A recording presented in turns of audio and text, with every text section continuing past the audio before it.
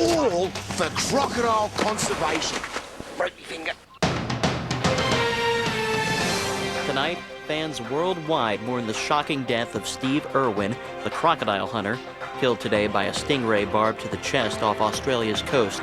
Now the beloved wildlife enthusiast in his last interview with Larry King from November 2004 amid controversy over holding his month-old son Bob while feeding a crocodile. The late Steve Irwin, in his own words, on a special encore edition of Larry King Live. Later in the program, some animals of interest, but we always want to spend some time with Steve talking about lots of things. With cameras rolling, our guest, Steve Irwin, carries his one-month-old son, baby Bob, in one arm while feeding a dead chicken to a crocodile on the ground, then puts the baby down near a pond with the croc in it.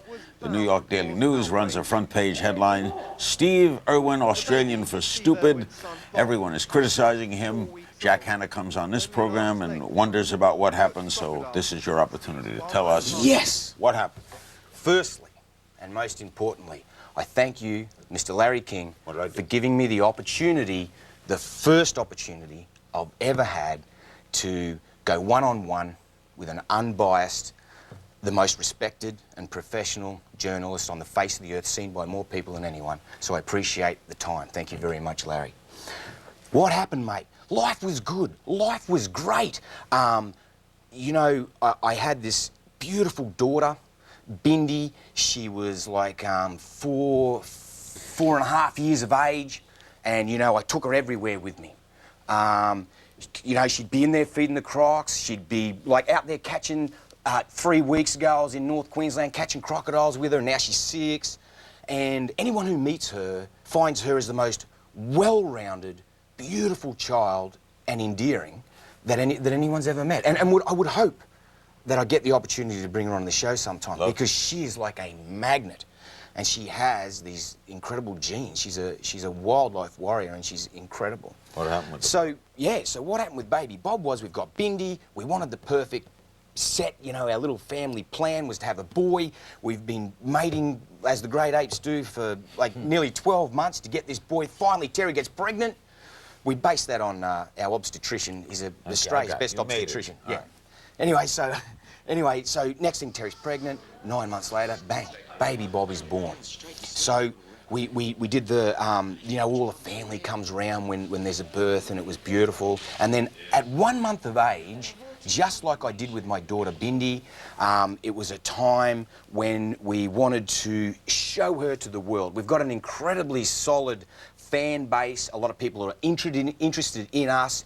So looking forward to seeing this little baby. So what happened? What happened? We organised a beautiful ceremony. The Buddhist nuns came to bless little tiny Bob, baby Bob I call him, and all of my friends and family. We invited the media, which was no less than 4 cameras and 3 of those news crews, and associated media and journalists, and some dignitaries too, Australian dignitaries.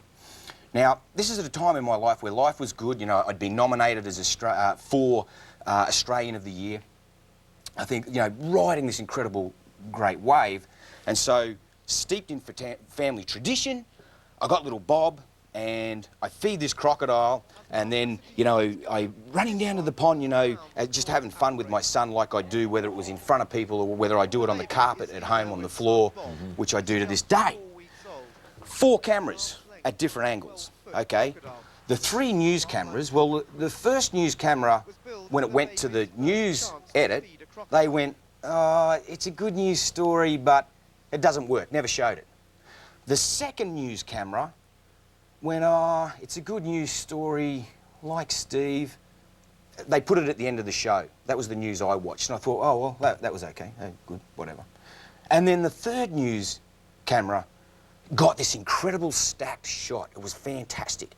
You know, they stacked up the croc, me and baby Bob in the background, so the croc looked very menacing and large. And to tell you the truth, when I saw that vision, I'm like, wow, that looks dangerous. What do you mean stacked it up? Stacked it up.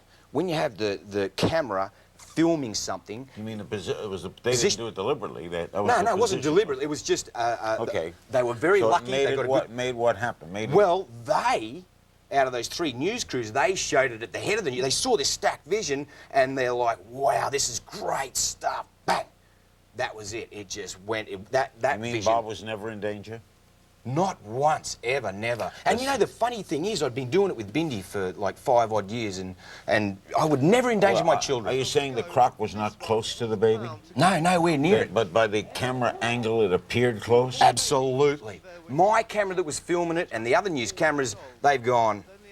The second film crew, they didn't even. They put it at the end of the news as good news. The other one didn't even show it. So there's great stacked vision. Now, credit to them, because it's pretty scary looking vision. So I made a huge mistake. I should have gone surfing that day, but I didn't. I wanted to show the world my beautiful baby. So when you went on a Today Show and apologized, what were you apologizing I was for? apologising for scaring people. That was never my intention. My intention was strictly and only to show people, here's my little baby boy. I would never endanger my son as you wouldn't yours, nor any good father would. Were you shocked at the criticism? Mate, I wasn't just shocked. I was absolutely devastated. I was taken to the lowest point of my entire life. The Irwin family is steeped in tradition. I was born on my mum's birthday. She died in a car crash. And from that moment on, we, as a family, gathered round each other as you do when you lose someone very, very close to you. And to have that take place was incredible. The interesting thing is that no one knows, and now you're about to know, is that you can imagine everyone who was involved, every family person on earth was picking at it. Well, the authorities came in, you know, the relevant authorities came in, did a thorough investigation. Come in, please come into my life, come into my family, come into my house, have a look. They did a thorough investigation. There was absolutely no case. Bob was never in danger. So but you never hear about that, though. They never charge you with being a Oh, negligent absolutely father, not. In fact, it was said by them and others that my children are the most well-rounded, educated and loving family they've ever met. We'll take a break, and when we come back, later we'll meet some animals. Steve Irwin has some news for us that may interest you, especially if you live in Nevada. Don't go away. For many Australians, it just doesn't seem real. The man who built a global reputation wrestling crocodiles and playing with deadly snakes, who courted death with enthusiasm and a broad smile, seemed invincible. Came over the top of a stingray, and the stingray's barb went up and went into his chest and put a hole into his heart. It's likely that he possibly died instantly when the barb hit him. All on us. Bone-jarring headbutts, terrifying close calls, crushing tail whacks, cuts, bruises and broken bones. All for crocodile conservation. Broke me finger. Oh, and I'm going face to face with the biggest, the gnarliest, the most venomous and the hardest hitting of them all. Woo! Come on, then. Why do you like crocodiles? I mean, that's sick. I mean, let's be honest. It's a little weird. You know what? They're like dinosaurs. They are modern-day dinosaurs. They've been around for 200 million years, and if you make a mistake around them, they're going to kill and eat you. And I find that That's absolutely such fun, isn't it? It's fascinating, that's a mate. load of laughs. Yeah, yeah. How did it first start, you and them? Well, you know, Larry, it started when I was first born, at a young age. My dad was a wildlife expert. His field was herpetology, one who studies reptiles, and my mum was a wildlife rehabilitator. So You were born with it. Born into it, mate, yeah, absolutely. So my parents actually guided me in the direction that I've gone. They started Australia Zoo in 1970, so I was running around in the wilderness since the day I was born. But you didn't have to like it. Some kids are born into a family situation. The father's a lawyer. They don't want to be a lawyer. Yeah, absolutely. So you my two obviously sisters liked it. loved it. Not only did I take to it like a fish to water, but when I was 4 years of age, my dad noticed that I had a gift with wildlife that he'd never seen nor encountered ever before, you know. How many singles has he got back there, Dad? We were out catching snakes for the Commonwealth Serum Laboratory. I found this big brown snake and I sunk my foot, bang, right on it. And I was like barefoot, had these little sandals on. And I've gone, Dad, I've got one. And he comes over and he goes, whack, knocks me out of the way. Broke my heart. I ran away crying. The snake was at my leg, poised, but wasn't biting. And from that moment, when he saw that, he thought to himself, what's this kid got? And then when I was 9 years of age, he allowed me to catch my first croc, and I guess I must have made him proud, and I demonstrated to him that I had a gift with wildlife, and he nurtured that with my mum, and now I am who I am. What, Steve, is the gift? The gift. Firstly, Larry, you know, I'm a wildlife warrior. You know, a warrior is someone who is trained or engaged in battle. My battle is conservation. Okay, so I'm a wildlife warrior, and anyone can be one. But I have a gift. God put me on this planet with a mission. And my mission is to educate people about conservation. But the gift to communicate with animals, where did that come from? That's right. Who knows? Couldn't tell you. Animals like you. Yep, it was in my genetic, it's in my genetic makeup. That's where it comes from. Mate, I can do stuff with animals that no one else in the world can do. I've got the ability to be attractive to wildlife and vice versa. And then on top of that, I've got a gift that I didn't know I had of communicating to cameras, which is, in essence, looking to millions of people. And combine those two, and there you see my mission is to educate people about conservation. Ivan Torres, the famed founder of Flipper, was an old friend of mine. He told me that he trusted animals more than humans as long as they were fed. He would walk into wild animals easier than to Hollywood film producers. Hear, hear. You feel the same way? Absolutely, 100%. Yep. I'm lucky in that respect. I see wildlife. I know that if I'm respectful and I understand and I'm well researched and well rehearsed, that the animal is not going to just swing around and knife me in the back, unlike some people will. Have you been injured? Today, right now, Larry, I've got a broken collarbone.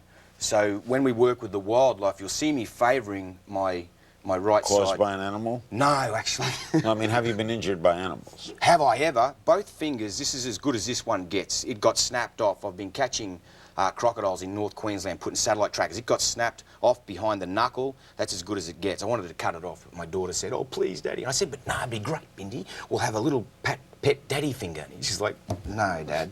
Anyway, this one broke behind the knuckle there. I've recovered from 2 broken ribs. My knee is bone on bone, keeps chipping away. I've got soft tissue damage. Your closest call was with a venomous snake, right? Is that what your closest? When I was in my childhood closeness, that was it, yeah. You were bitten? No, I wasn't. I've never been bitten by a venomous snake. So what happened with this snake? It was just there, poised, and Dad knocked me out of the way, but he couldn't work out how come the snake never bit me. The closest, you know, like I got bites all over me. I really have, from everything. From non-venomous snakes to big cats, to, of course, a lot of croc bites, you know, but nothing serious. I'm professional. And I guess it's like a helicopter pilot. You want to jump in with the helicopter pilot. You don't want the pilot going, yeah, jump in, mate. I've had 27 crashes, you know. You go, whew, I don't think I want to fly with this guy. And same with me, you know, you don't want to... Have you been frightened? I have. A lot? I've had a couple of really big scares, mate. What was the biggest? The biggest scare of my life was with my best friend, Wes. Myself and Wes, we grew up together. My dad was our dad, even though he had another father and mother. They're great, beautiful people, but he was a reptile freak.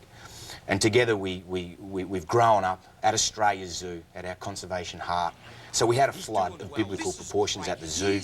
Me and Wes, like brothers, we went in, the debris was building on the fence, and we didn't want the fence to collapse, and it was with Graham and Bindi. Now, Graham's a particularly gnarly croc. He's bitten me on the hand once before. Bindi is my daughter's namesake. She's a very feisty female croc. She had a nest. We went in there. Graham snuck up on Wes, whack! Grabbed him right on the bottom and just started killing him right in front of me. Tore 2 pieces of meat the size of my fist right out of his bottom, right out of here, which was kind of lucky, because if it had hit bone, when crocs bite and it hits bone, mate, the bone explodes. It just goes, boom, just blows up, and he probably would have died if it hit him in the hips. So I jumped on the croc and I twisted its back leg. He spat Wes out. I gave the croc a stick to eat rather than myself, and we both got away. Mate, that scared me to the point where I was kind of nervous going back in. And Wes spent 3 weeks in hospital. They stitched him, they put these steel staples in and pulled the meat together. He had holes this big, gaping great wounds, and they pulled it together, and in 3 weeks he got out of hospital. Graham the crocodile, he hasn't fully recovered, and we nearly lost him with food poisoning.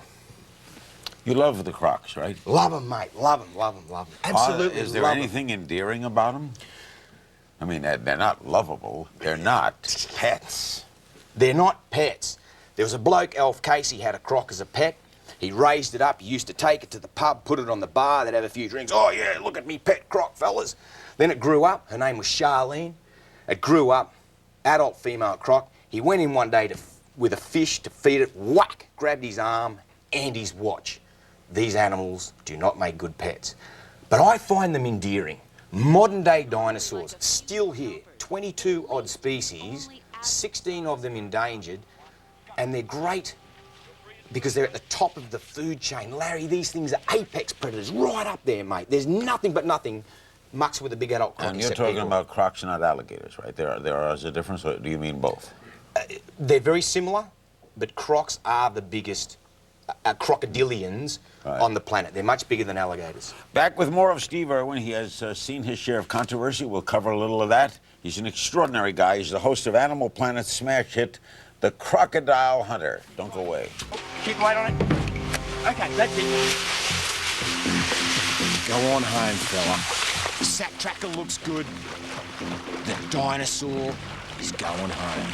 Come on, big fella. Oh, you're all right. Give us a stick. Quick, quick, quick. It's going to come off, but I just want to make sure of it.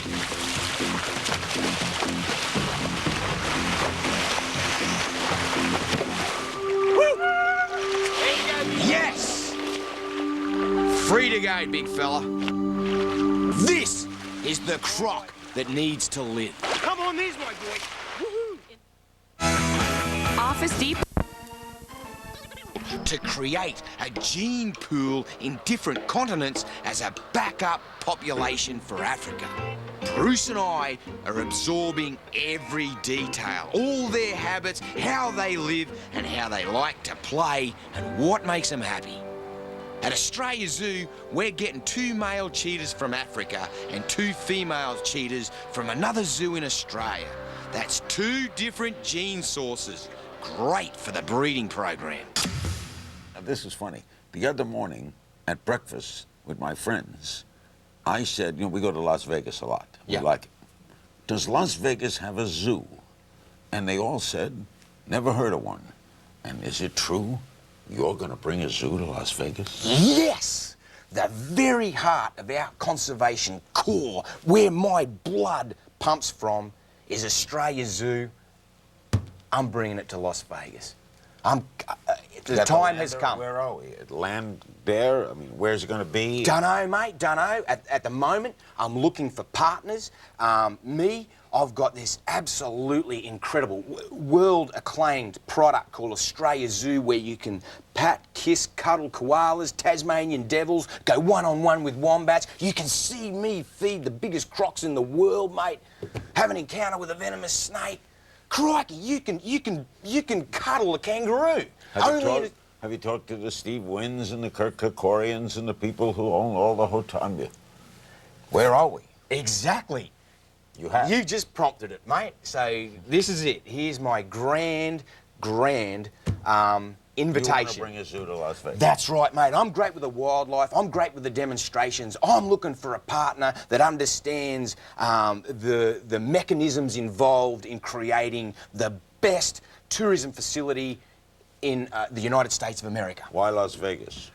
I love Vegas, and is there a zoo there? No, I don't think so. I don't know. Are you going to live there then? Half the time. I'm going to split my time 50-50. You know, my wife's American. And I want to, so my children are US and Australian. So they're 50-50. So I want to give them the opportunity to have something that I never had. You know, that, not bilingual, but what do you call it? By... Two country. Yeah. So, by citizenship or whatever. Multinational. That's it? Yeah. I just made that up. I don't know. Well, that works. By the way, speaking of Las Vegas, what do you make of what happened to Roy? Oh, what a tragedy. What an absolute tragedy. Siegfried and Roy, 2 of the greatest big cat specialists, predominantly tigers on the face of the earth, they did what not many people can do. They got tigers into people's hearts. Everyone who went to Vegas got tigers into people's hearts. And an unfortunate accident happened, and it was nothing more than an accident. And I'm very, very sorry for them. Don't blame the tiger. I don't blame the tiger, and I'm sure they don't either.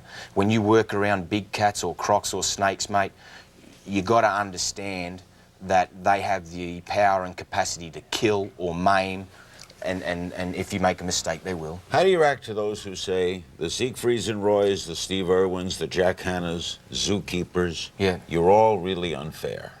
Yeah. That's not the way animals live. Yeah. You don't put them on a stage, you don't put them in a cage. Animals belong where they belong. What a great question. That's why I asked it. Of course. Mate, I think the world is made up of a lot of different people with different views and different chemistry. And thank goodness for that. It makes it the wonderful world we've got. And if they have that opinion and want to voice that opinion, that is their God-given right. And I applaud them for that. However, I don't agree with that. I believe that the time has come where if we don't get animals into people's hearts, they're going to go extinct. We're running out of time right now, Larry, right now as we stand here. 90% of our fish are being lost. Our great apes are being caught up in the bushmeat industry. Their habitat's being destroyed. They're caught in a war. They've got AIDS. It's like they are dying. Our animals are dying at such a great rate of knots. And if you can't get whales into people's hearts, then we haven't got a hope in heck of saving them, because people don't want to save something they don't know. So you have to introduce them to them. Yeah, mate. I've taken it one step further. At Australia Zoo, you can actually pat the koala. It has to be contact now. I believe in full contact. Not necessarily with big cats and crocs, but things that relate to people really well, like koalas, kangaroos, pat them, kiss them, hug them, smell them, because if we don't, mate, we're going to lose them all. Koalas are going to go extinct. So many species here in mainland North America are going to go extinct, everywhere in the world. Extinction is the big E word, mate. Did you say animals get AIDS? Yeah. Did you say they get AIDS? Yeah. I didn't know that. Yeah. And other retroviruses as well. It's pretty heavy. Yeah. So, and you don't have a complaint even with tigers on a stage, as in Siegfried and Roy? As with Siegfried and Roy, no, I don't. Because we learned to love them more. Exactly. They have jazzed people. They've got people excited about tigers, and I think they did a great job personally. We'll be right back with Steve Irwin and spend some more moments with him, and then his animals. Don't go away. My little dog went everywhere with me. She loved every minute of it.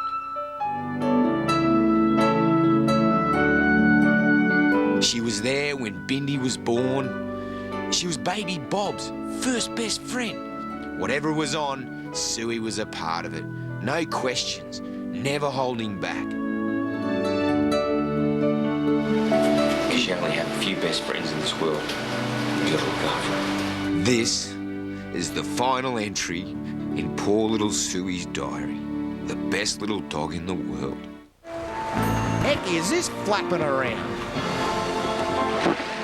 We're back with one of my favorite people, Steve Irwin. Another area of controversy maybe he can clear up for us. Earlier this year, you went from the heat of the outback and the bush to the icy reality of the Antarctic for a documentary called Icebreaker. The focus was to be how tourism and interference of man are affecting the habitat of animals there. Ironically, after filming, you were accused of violating animal protection law. You were videotaped sliding down an icy slope with penguins and lying on a rock near a leopard seal. Also showed swimming with humpback whales. The Australian government regulations prohibit people from interacting with Antarctic wildlife. Yeah. What's the story? It's a joke. Absolute joke. Lucky for me, Larry, one of the strongest things that I've got is long-term relationships. And I believe the world is actually going to get to a point where long-term relationships are going to be what counts. So, you know, I've got my friends and family. I've got my best mate, Wes, and I've got John, Judy and Justin at Best Picture Show Company, and I've also got Discovery. I've been with them for nearly 10 years, and they are like I'm a part of their family. Discovery Channel. Oh, yeah, mate. Animal Planet and Discovery Channel. So my good friend Billy Campbell, and particularly Clark Bunting, and Dara Altman and Wendy Douglas have helped me not only with the baby Bob thing, but also with Antarctica. They have given me the strength to stand up and go, hang on a minute. People are grandstanding on my celebrity status, and together, no matter what, we're going to get through this. One of those people said to me, look, this too shall pass, because I was wrongly accused of riding a whale. I mean, that's bizarre. I'm on an iceberg, mate, freezing to death. I'm that far off having hypothermia, and I'm on an iceberg, like a pool pony, freezing to death with these two humpback whales. Mate, there's a downside and there's an upside to this whole Antarctic joke fiasco. You know, they did a full, complete investigation, criminal investigation. Mate, I got put under criminal investigation, righty-os. So I was a bit offended by that, firstly. This is the downside. And, but they did it, and they found I had absolutely no case to stand for. The upside, they didn't, it wasn't a matter of clearing me, there was no case. In addition to that, here's the upside, I was able to get a voice with the Prime Minister's environmental policy maker. We got to get a federal minister in that is very clever and very powerful and is going to fight hard for the environment. But the biggest issues for me, mate, were sealing, whaling and the killing of penguins. Sealing. My goodness. Larry, you can get on the computer and people can actually see by video the horror and the brutality of it. My kids will never see it. Smashing and exploding seals. It's like, I've never seen anything more horrific except for perhaps one thing, whaling. There's nations in this world, Larry, that are still killing whales. And how do they kill them? They run them down. They run them down with their ships, with a gunner up the front. And believe me, when you're being hunted, the fear that you feel, like I got goosebumps, mate, because it just drives me nuts. The fear of being hunted is a fear that I hope most people never, ever face. And when they get within, there's this vision of the hunter coming in and boom, harpooning the whale. It goes in, goes through, and boom, blows up inside the whale. This is a humpback whale, an endangered species, Larry. They haul it in alongside, and its calf, this beautiful female calf, there's all this squealing and crying and just mass of terror and horror with these beautiful cetaceans, haul it along the boat, drive these electrodes into it, and while that little baby is entangled in its mother's entrails, hit it with electricity and electrocute it to death. And the baby dies in its mother's entrails, so as people can eat whale meat. That is the upside of Antarctica. I got to expose whalers, sealers, and mate, I've got vision of penguins, boat strike, boat goes through with a big, with a load of tourists, which I believe need to see Antarctica. We've got to get Antarctica into their hearts, but here's where the environmental policy makers working with the Antarctic Treaty, etc., and showing them the vision and going, hey, you send these big ships in. I've got film footage of over 20 penguins being cut up by the propeller. So I got to grandstand for whales and seals and penguins. You know, I had to take a big hit to get there, but you know, those things happen. Steve. The price of fame, mate, it goes beyond that though, Larry, in that I've got people that would just as soon as see me dead. Imagine, I'm out there fighting for the whales, the seals, the penguins, the wildlife of the world. There's these people that run under the title of sustainable use. They are, you know, the trade in wildlife products is only second to the trade in drugs. And I'm getting these people. I'm attacking them. I'm saying, hey, we see you. I am taking their camouflage off, and we're looking at them. And so I'm creating a lot of enemies. Steve Irwin, you're doing a lot of good too. We'll be back, and when we come back, we'll meet some animals with Steve Irwin. An extraordinary guy. Don't go away. Have a go at this. Just bobbing around out here in Antarctica. virtually in the Pacific Ocean. Whales just going there, just coming up, looking at me, looking at the boat. Woo-hoo! Woo!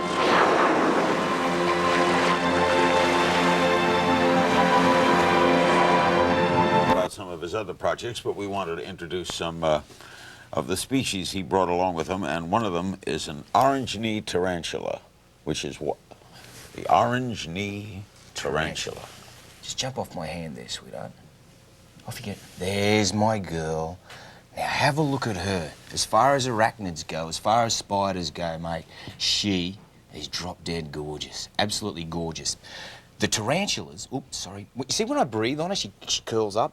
So when you work with them, like, you got to try and not breathe on them because it scares them.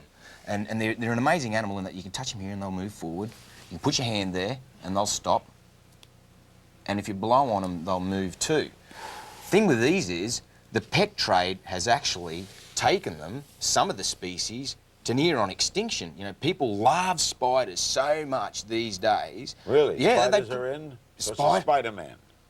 Bingo. Bingo. Spiders are cool. And the pet trade has emaciated them. So the reason I've brought this beautiful female in is to go, hey, spiders are great. Buy them if you're going to get spiders for Christmas as a pet. Heaven forbid. Would not be a good pet. They are. They're great pets. They are really, really good pets. Really good. Why'd you say heaven forbid? Well, it freaks a lot of people out, and people don't know how to look after them, and they end up dead. So make sure you're a good spider owner by buying them from a reputable person and looking after them. Is tarantula a type of spider, or are all spiders tarantulas? Tarantula? Oh, sorry, sweetheart, that's my breath again. Tarantula is a type of spider. Okay. They're the... There we go. Whoop, whoop, whoop. Settle down there, sweetheart. Yeah. She's got, like, little hooks on her feet. I'll see if I can get her back into my hand. Do they bite? Oh, yeah, mate. They've got a good set of fangs. Oh, you like that, huh? Oh, I love that. Okay. You can actually see them. Yeah, I see them. Yeah, go. right in there. Go, tarantula. Okay, back go. to your quarters. There you go, sweetheart. Down you get. And that big hairy bloke there will look after you. And now we meet an indigo snake, the largest non-venomous snake in the United States. They're on the endangered list because they're losing habitat in the southeast in Florida and Georgia. What a beautiful snake. These must make handbags, right? For a minute there, I thought you said they make handbags. No. I mean, that's what they're used. I mean, that's... Yeah, snake skin, reptile skin is used for handbags, belts, boots, jackets, wallets, jackets, virtually all apparel.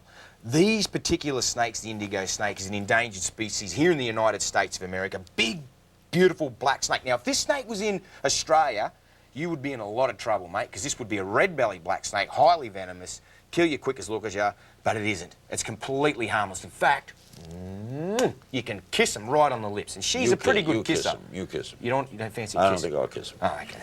But they are beautiful. Thank you. Very, very nice. And unfortunately, due to habitat destruction in the southeast of the US, they're now endangered, and they're looking at being in a lot of trouble. And it's such a highlight to have this gorgeous snake on your show. How do you stop people from? Is it a law to stop them killing them? Yeah, there is. They're well and truly protected, but habitat destruction. How do we stop that? Well, by having this one-on-one time with you, Larry, is actually giving wildlife the opportunity that they need, and that is exposure. So they're being exposed. Absolutely. A couple more questions for Steve, and then in the last segment we'll show some more animals after we unhook the snake from the mic. Yeah, here we go. There we go. Venomous. Where you go, sweetheart? And beautiful black snake. Yeah. You're going to be a U.S. citizen too? Yes, I hope to. I sincerely hope to. You've done 53 episodes of a series called Croc Files. Yes. Is it true that there's a species of turtle named after you? Yes, LKL Irwin. You made your name as part of the Queensland government's Rogue Crocodile Relocation Program. That's how you got famous? It is, yep, and I'm still well and truly into it. I just caught 33 adult saltwater crocodiles in 14 days with my family. Every croc at the zoo you caught? Yes. Yeah, oh no, we've got two ring-ins that someone else caught and that live at my house, my house, Australia Zoo. How did you come to get the show? Mate, I'm up in North Queensland, right, with the East Coast Crocodile Management Program, doing my job, catching crocs, just me and my little dog, catching crocs, and I'm thinking to myself, I gotta start taking photos. But you know, you take a photo, someone's got to take the photo. So I take the photo, I show it to my family and my friends and my colleagues, and they go, yeah, there's a croc, whatever. I'm like, this is not working. Video camera. So the first video camera that came to Australia, this national M7 big old thing, I got that. I put it in a tree, I put it on the mud. Now I can get out there and catch the crocs and top jaw rope and jump on them and stuff. Just have the camera set on wide, do my thing. So I shot hours and hours of vision. I showed it to me very, very good friend and my partner and manager, John Staten. He's gone, you're joking. Let's make a documentary, mate. So, lo and behold, it's amazing how things happen, Larry. This Sheila walks into the zoo, right? I've been up in North Queensland catching crocs for months on end. Haven't seen a girl for a long time. And I'm doing a croc demo with Agro. Have a look at this little beauty, and he strikes, gets this chicken off me, and I look into the crowd and I'm like, you're kidding. This beautiful woman's like staring at me, and she had to look, mate. She's like, you know, doing the thing, the eye thing and that.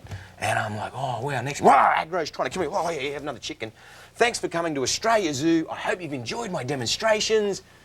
The crowd left and she stayed. We fell in love. We got married. John Staten's on the phone, not 5 seconds after we've been married, and goes, quick, you got to come back to Australia. We're going to make this documentary. We've got to catch these crocodiles. So I said to Terry, do you want to, and she goes, all right, bang. Bam. So our honeymoon, first documentaries we ever made. And she's from Oregon. She is, mate, home of the fighting ducks. And we'll be back with our remaining moments with a duck. He's liable to fight one. We'll be back with Steve Irwin and look at some more animals. Don't go away. Nice early start for the new kid. Like their daughter, Bindi, Steve was right there for the birth. He could never be anywhere else. The only thing that could ever keep him away from the animals he loves are the people he loves even more. Going straight to sleep, you little rat bag. Now, you put your mum through. Hey, Pebbles, say good day to Larry. This is Pebbles. She's a baby orang.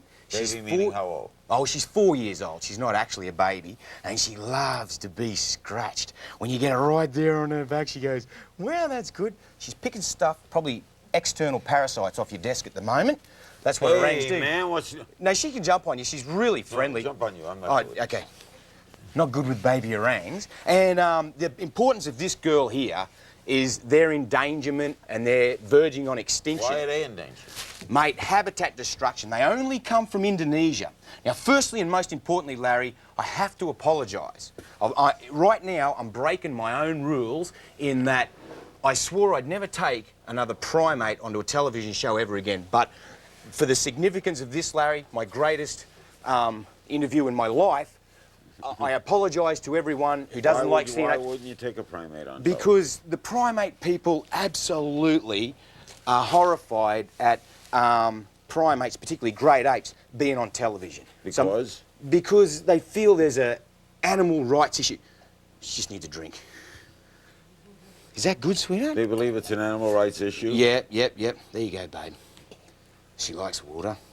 And, but what I've got to do today, right now, is I have to show people the beauty of Pebbles so as I can get them into people's hearts, Larry, because if we don't pull our socks up, they are actually going to go extinct. Well, they're only found in Indonesia. She's gorgeous. And she loves a tickle.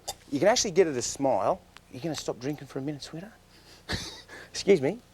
Pebbles. Sorry she slurps a little when she drinks, but... I'll tell you who's happy with this, Darwin. Yeah. Let's see if we can get her to smile. She actually smiles. She lights all up. She's doing... You going to smile, baby? You going to smile? Here we go. Tickle under the throat here. Oh, look at that. Look at that. Look at that. Okay, hey? Peb. Okay, Pebble. Hey, thank you, sweetheart, for coming on the darling. show. You're a big hit. You take the cup What is now. this New Breed Vets? Yeah, New Breed Vets is our latest and greatest Innovation in television. We're in a little bit of a transition period at the moment, so I've made this show New Breed Vets. You know, there's cutting-edge veterinarians out there that are using a combination of human medicine and wildlife medicine to fix not just animals, but also people. And when will we see the show? Second quarter of next year, but I'm in the middle of making it right now. I'm traveling the world as we speak. New Breed Vets, look for that. Yeah. A hyacinth macaw, highly endangered habitat in South America. The reason these guys are in so much trouble, Larry, is because they are gorgeous. Have a look at that. What a beautiful animal. I thought you were afraid of parrots. I am. You might see my head's way back and I'm shaking like a leaf. Because? Have a look at that beak. Did you get bit by a parrot? Oh, I've had a lot of really nasty bites by parrots and it hurts. I've set up a big wildlife hospital at Australia Zoo. In fact, it's the biggest wildlife hospital in Australia. And last month we had 80 koalas come through and 27 parrots, and I think 13 of those bit me. Okay, and next, a green tree frog. Here we go. Actually, this is a horned frog. This little tacker here. You call it a great echo barometer. As they start disappearing from an area, experts know that eco disaster is on the way. That's right. Can I have some water, please? Environmental indicators. The skin of the frog absorbs everything that is in the environment. And so we're seeing mass frog die-off. Sorry about this, Larry. I just got to wet my hands because their skin is so delicate that if I don't, it will absorb anything that I've got on my hands. Hop. You want to get on Larry real bad, don't you? Where was he going? Oh, just onto your lap, I think, mate. Yeah, so we're using these as environmental indicators. We're losing them at a great rate of knots. We've got to pull our socks up. We've got to watch frog species because they're telling us about the pollutants, about the destruction of the ozone layer. Right here in these little tiny amphibians is some great scientific evidence that the world is coming unglued, mate. And this is the desert tortoise. Yeah. Have a look at this. Ravens often rob their nest of eggs. Yeah, mate, and they eat the babies too. They don't like peanuts, Nah, she won't eat peanuts, mate. They like leafy greens. And I guess that's why they live so long. Broccoli. Exactly. Love String it. beans. Have we got any broccoli? I don't think so. Oh, well. Yeah, no, they love their leafy greens. How long do they live? They can live over 100, mate. So the secret to their longevity is their I think eating leafy greens. I think it's really, really when good. You think about it, though, life's got to be pretty dull for them. You're out in the desert. They're carrying around this thing on their back. Like, oh my good gruff. They don't move fast, right? No, they're slow. No, they're slow. What are you going to do today? He's going to eat, and he's going to think about mating. Stephen. Thank you, Larry. Thanks for clearing up a lot of things. Thanks for being with us. You're a delight. Thank you for the opportunity, my friend. He died what he did. He loved doing best. And he left this world in a happy and peaceful state of mind. He would have said, Croc's thrilled. It's a huge loss to Australia. He was a wonderful character. He was a passionate environmentalist. He brought joy and entertainment and excitement to millions of people.